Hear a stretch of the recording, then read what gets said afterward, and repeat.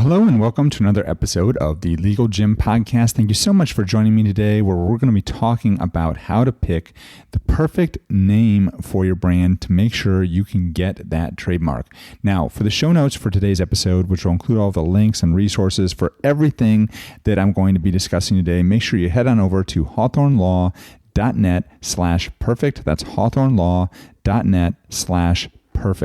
All right, now let's go ahead and dive in. Now, in my experience as a lawyer in general and as a trademark lawyer in particular, I've noticed a disturbing trend with entrepreneurs, especially when it comes to the legal aspects of running their business. And this isn't anything new, although it did tend to ramp up quite a bit as many new entrepreneurs and businesses were created during the last half of 2020, during obviously the height of the COVID lockdowns. And that trend is that many of you as entrepreneurs are just quote unquote winging it. And what do I mean by that? I mean that you are doing things the way most entrepreneurs do things. You jump out of a plane and build the parachute on your way down. And while I think this is excellent advice for many entrepreneurs who have a hard time starting anything, it is terrible advice when it comes to the legal aspects of protecting your business. Because the entrepreneurs who tend to neglect the legal aspects of their business are also neglecting their basic human desire to have safety and security in their business. Now, what do I mean by this? I mean, well, these are people I would call worried entrepreneurs. And maybe you can relate to this. And if you can, hopefully something I say in today's podcast will resonate with you and get you to take some action in your business. So when I'm talking about a worried entrepreneur, I'm talking about entrepreneurs who are prone to copying and pasting legal language from other websites to use on their own without understanding whether that language even applies to their situation or how to enforce the language if or when that becomes necessary. I'm talking about entrepreneurs who pick some names for their business and then cross their fingers that the name isn't taken or that they're not going to get into some legal trouble if they use it. I'm talking about entrepreneurs who are worried with a scarcity mindset about other entrepreneurs stealing their ideas, names, or content, and they're always worrying about and thinking about ways to make sure that they're actually not being copied. And these are entrepreneurs who think that trademarks are only for big businesses and corporations. Now, listen to me. Building a business is hard work, but is also supposed to be fun. And if you don't enjoy what you're doing because you're spending all this time worrying and in a scarcity mindset about how your business is growing, then honestly, you probably shouldn't be doing it. And if you're worried about when the other shoe is going to drop, legally speaking, then you're definitely doing it wrong. Now, it's one thing to worry about whether you're going to get customers this month. That is a very real fear that a lot of entrepreneurs have. But it's another thing entirely to be worrying about whether you are going to get hit by a lawsuit, a cease and desist letter, or some other scary legal issue because you haven't taken care of the legal issues in your business from the beginning. The first problem, getting customers, is a short-term problem. If you have a good idea for a business, if you're treating people right, if you're spreading the word about what it is that you're doing, you're going to get customers eventually. It's just going to happen. The latter is a worry that's going to never go away. In fact, it's probably going to get bigger the more you grow with your business, as long as you don't address those legal protections that you need. So if you are building your business all the while worrying what you are doing, or that you're doing something wrong, I should say, legally speaking, that is no way to live. And I would call people like that worried entrepreneurs. But I want to tell you there is another way. And I've talked about this on webinars in the past, but I haven't brought it up lately. And I thought it would be really important to talk about this again today. And that is the Legally Legit CEO. And I just realized, because I've been using this phrase for the past couple years now, that is short for LLC. I didn't plan that. I didn't intend that. But it's kind of cool, I think. A legally legit CEO is someone who realizes that when their business is legally sound, they sleep better at night. They don't have to worry about infringing on someone else's brand and receiving a cease and desist letter, or potentially worse. They also understand that their brand and their name is the most valuable part of their business and are willing to do whatever it takes to protect it. They realize that legally protecting their business and their name is an investment in their business, not a sunk cost, and they are willing to invest in legal protections that will ensure that they are not infringing on someone else's brand and that nobody can infringe on theirs. Now, when they aren't wasting mental energy on worrying about the legal aspects of their business, an amazing thing happens.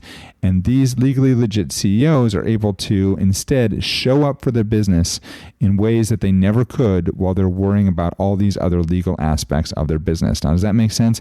If you're not focused on those negatives, if you're not stuck in this scarcity mindset and worrying about when the next shoe is going to drop, it actually opens up the mental bandwidth for you to do amazing things with your business. And that's what I'm talking about now. As a trademark lawyer, I want to talk to you about this aspect of your business today because I believe that trademark rights are just that important. There's something that you have to deal with. There's something that are vitally important to the long-term growth and prosperity of your business. So if I were to ask you, do you have a trademark? A lot of you listening out there probably would say no. Many of you probably have never filed for trademark registration with the USPTO. You don't even know what the USPTO is potentially. And so a lot of you are thinking, no, I don't have a trademark.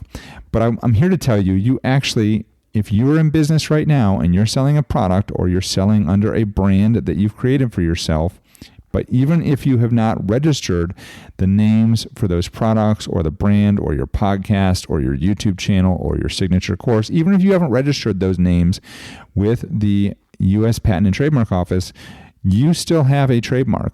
Now, there are two types of trademark rights, and that's what I want you to understand today. On the first hand, there are what we call common law trademark rights. And the best way to think about this, I actually heard another lawyer talk about this, and I think it was a really great way to explain it, is if you were to go out and you were to purchase a piece of property, and I think this is especially important with the name Hawthorne Law, and I'm going to get to that in a second. The reason why I picked that name is because of the history behind hawthorn trees and hawthorn bushes. So we're going to talk about that here.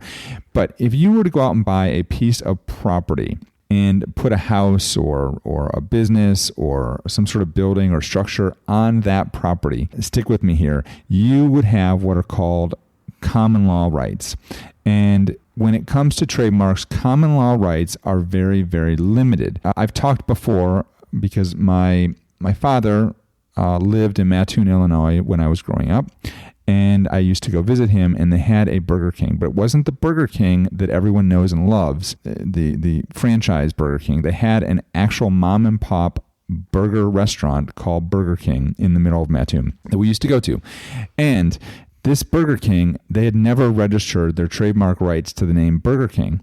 So they have what are called common law rights, which means another restaurant could not open up across the street for them and call themselves the Burger King because they had geographic rights to that name. And that's what common law rights give you. They give you this limited geographic area where they can do business. And maybe that area is on your street. Maybe it's in your little town or city.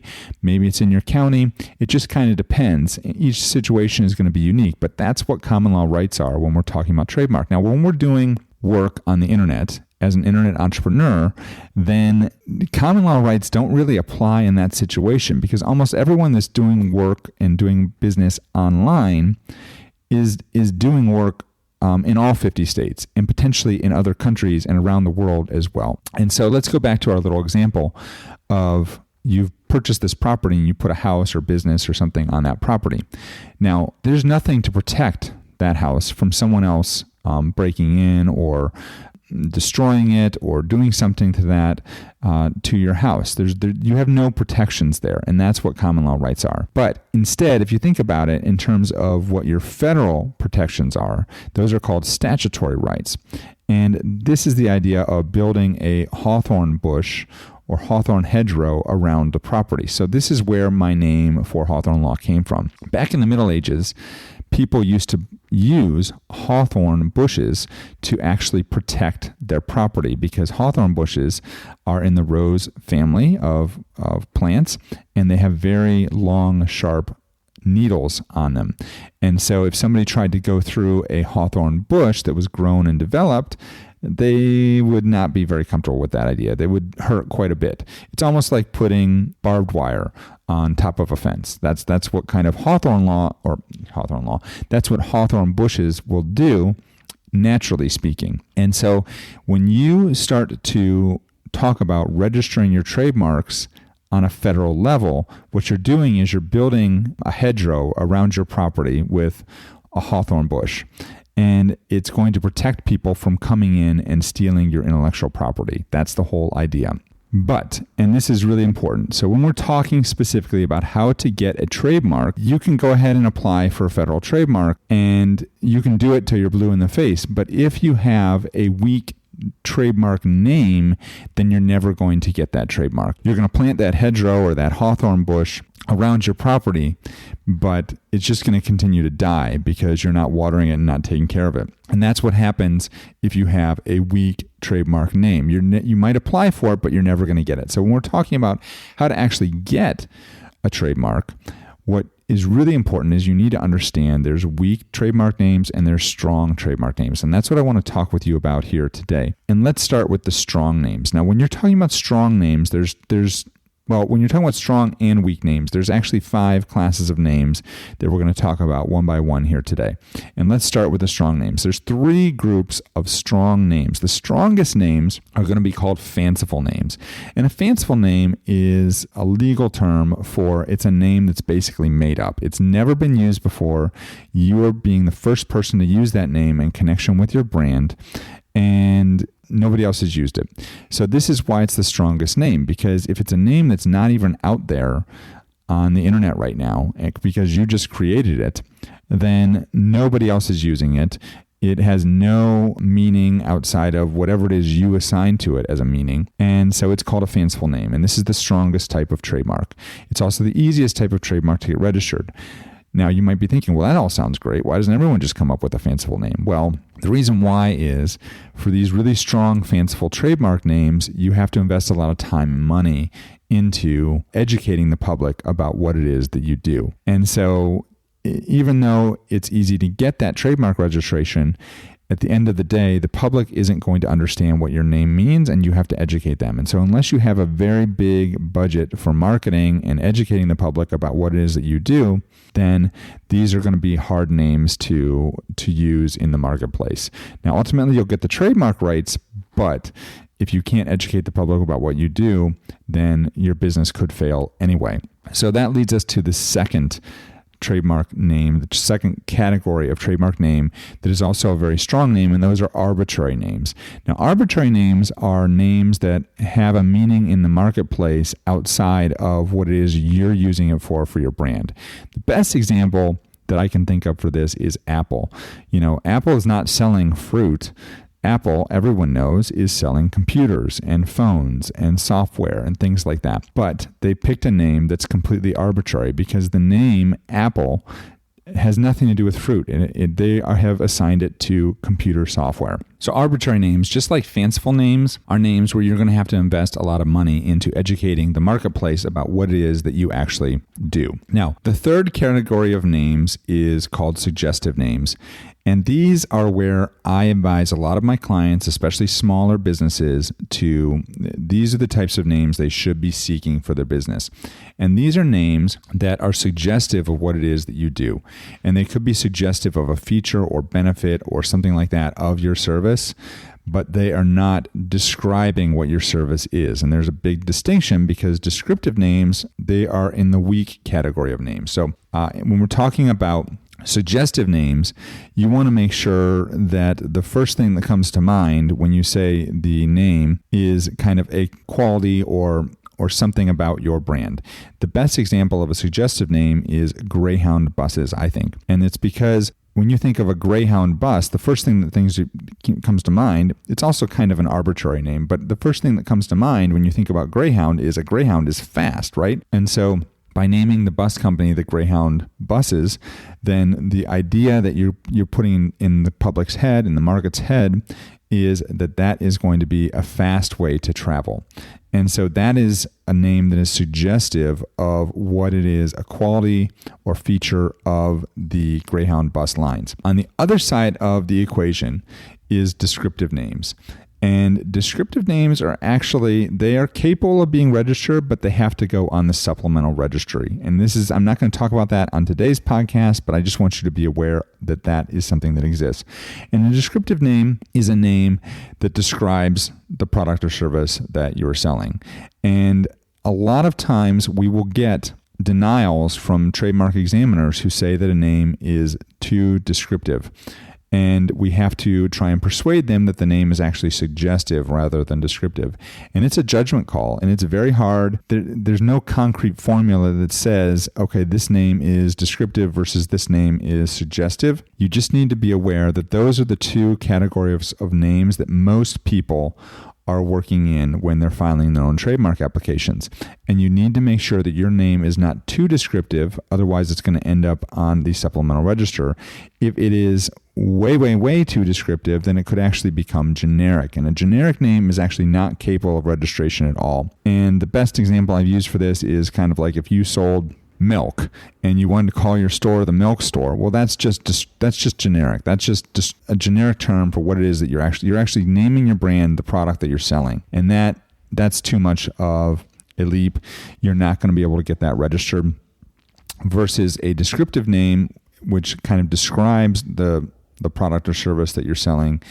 It's capable of registration, but it has to go on the supplemental register. So I would say for most people, try to come up with a name that's either arbitrary or suggestive of what you sell without being descriptive of what you sell. And I realize that's a hard thing to think about, and you're going to have to put a lot of thought into this about what it is that you're selling, but that's kind of the way you would do it. And that's kind of what I did with my name, Hawthorne Law.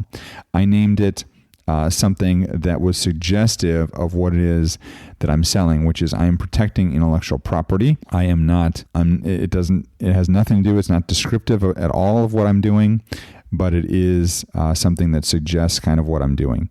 And again, there's a lot of education that has to come in to the public, which is why I'm talking about it here today, to explain to people why I named my law firm Hawthorne Law. It's because the idea of protecting your property from other people that would try and steal your intellectual property. So when you are thinking about how to name your business and making sure you do this the right way, you want to consider, number one, whether your name is available, and number two, how strong the name is.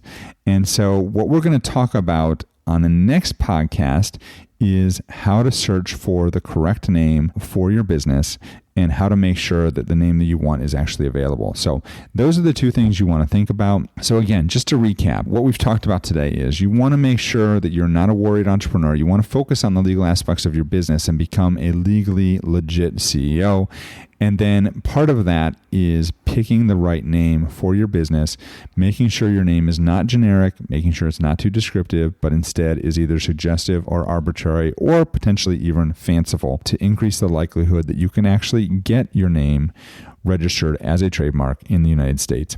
And like I said, next week, we're going to be talking about how to do a search to make sure that that name that you've chosen for your business is actually available, because that's the most important thing that you're going to have to do as you are starting to consider filing for trademark protection. All right, all you Legal Gym listeners, now that you know more about how to pick the right most awesome name for your business, you're ready to implement, because if there's one thing we love to do over here at the Legal Gym, it's to take massive action. So if you haven't already, make sure to check out the show notes page for today's episode. You can get a rundown of all the links and resources that we've talked about here today by visiting hawthornelaw.net/perfect. That's hawthornelaw.net/perfect. That's going to be the home base for all of your legal and business tools and resources to help you start, build, and of course, legally protect your very own online business. Thank you so much for listening today, and I look forward to seeing you talking with you in the next episode. Take care.